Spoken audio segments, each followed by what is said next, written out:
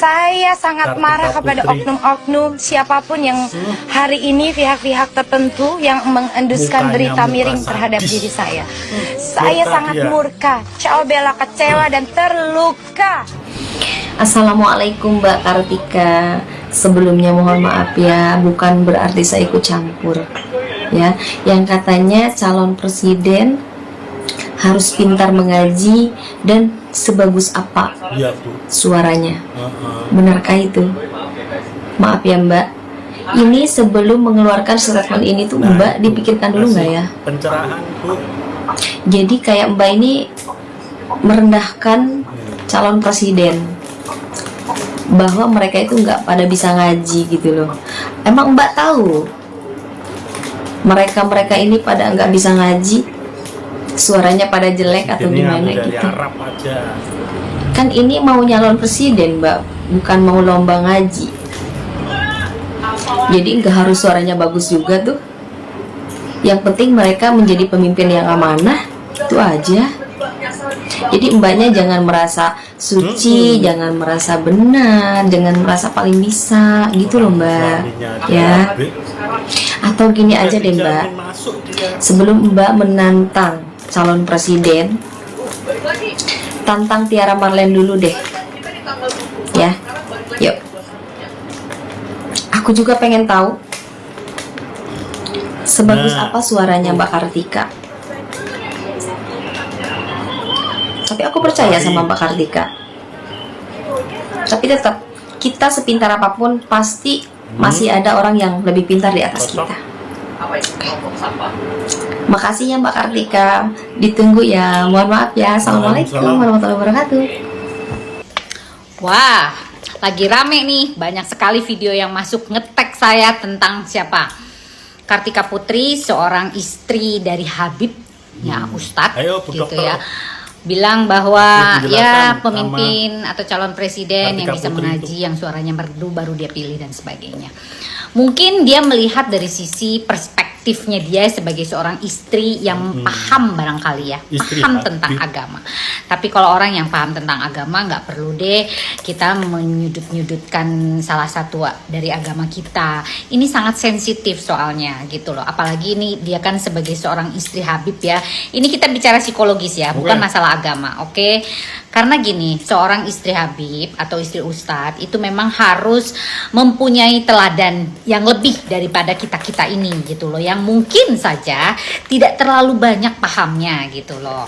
Nah sekarang ini yang dianggap sebagai seorang istri Habib harusnya lebih mengayomi kita-kita nih yang tidak paham. Apalagi sekarang ini kan sedang dalam pemilihan gitu loh. Pemilihan calon presiden itu memang sangat-sangat sensitif. Semua euforia, emosional dan sebagainya. Lalu saling mendukung yang memang fanatisme yang berlebihan itu juga bisa mempengaruhi perilaku kita ya guys ya. Jadi kalau menurut saya please tetap berkepala dingin. Siapapun orang yang berkomentar anggap aja angin lalu lah. Yang penting fokus kepada pilihan kita loh guys. Namun kembali lagi kepada masalah yang tadi, seseorang yang bisa atau kita hormati sebagai seseorang yang lebih paham dari apa yang kita tahu, seharusnya bisa lebih mengayomi, lebih menghormati dari apa yang sudah ada. Karena negara kita itu adalah negara Pancasila, bukan negara agama gitu loh. Jadi pemilihan presiden walaupun ke-6-6-nya adalah agama Islam, tetap yang memilih itu bukan cuma Muslim, tapi semua agama. 6 agama yang diakui di Indonesia ini adalah agama yang kita harus rangkul bersama dan menjadikan satu kesatuan yaitu Indonesia. Jadi kalau menurut saya secara psikologis lagi nih, tidak ada baiknya kita mengemukakan hal-hal sensitif terutama agama. Karena salah satu dari paslon kita ini memang selalu mengedepankan tentang agama. Tapi nggak tahu nih, saking terlalu banyaknya mengedepankan agama, akhirnya banyak orang yang sakit hati dengan apa yang dilakukan oleh para pemilihnya gitu loh. Nah ini jangan sampai ada pertengkaran dan perpecah belahan nih hanya gara-gara agama dengan kita memilih satu wakil atau satu pimpinan kita nantinya gitu. Nah, jangan sampai ya terjadi perpecahan, karena negara kita tetap harus bangkit, harus maju sesuai dengan apa yang diinginkan presiden kita sekarang ini.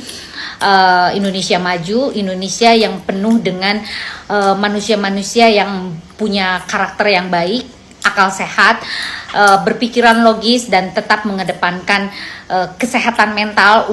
Kembali lagi, kesehatan mental adalah bagian yang paling utama. Jangan lagi ada kata-kata yang sensitif untuk mengemukakan hal yang berbau-bau agama disangkut pautkan dengan politik. Oke? Salam Lita Gading.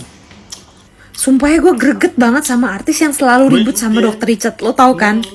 Padahal ya dari penampilannya yang terlihat beragama sekali, terus ngomongnya selalu bawa-bawa agama, bahkan kemarin capres disuruh ngaji. Tapi kok bisa-bisanya ya dia tuh nggak malu memutarbalikkan fakta gitu. Masalah jejak digitalnya kelihatan. Lu mau bohong kayak gimana juga netizen bisa buka-buka lagi.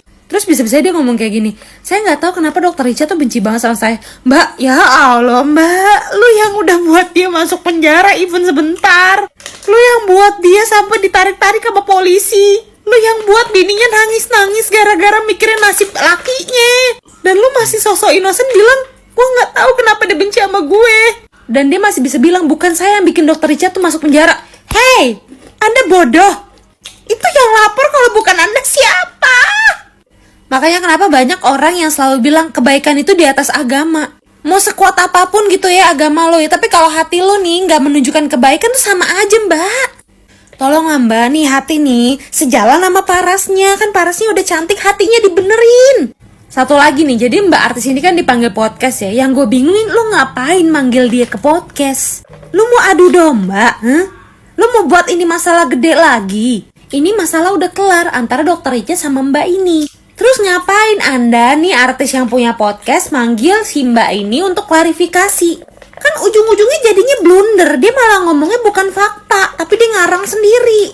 Kalau mau ngundang orang silakan, cuman ngundanglah orang yang beretitude gitu, attitude baik. Terus juga lo tahu nih masalah-masalah lama, jangan dipanggil untuk klarifikasi. Maksudnya apa? Lo memperbesar masalah lagi? Mbak Karput, di Indonesia itu ada yang namanya introspeksi diri. Dan saya yakin hampir semua manusia itu bisa kalau disuruh introspeksi diri. Pun termasuk Mbak Karput sendiri. Saya yakin bisa kok.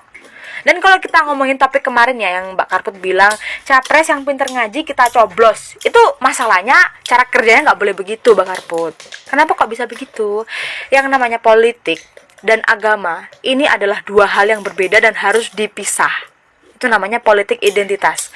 Dan politik identitas itu tidak dibenarkan. Correct me if I'm wrong. Kenapa kok bisa tidak dibenarkan? Karena gini, capres ini nanti kan kalau terpilih menjadi presiden ya kan. Nah, presiden ini kan memimpin Indonesia. Indonesia ini isinya nggak cuma Islam tok, Mbak. Ada Konghucu, ada Kristen, Katolik, Hindu, dan lain sebagainya. Jadi yang dipimpin tuh nggak cuma satu agama. Kalau kita hanya mengandalkan satu agama, itu nggak bisa. Konsepnya nggak bisa begitu. Hablum minallah, hablum minannas ya.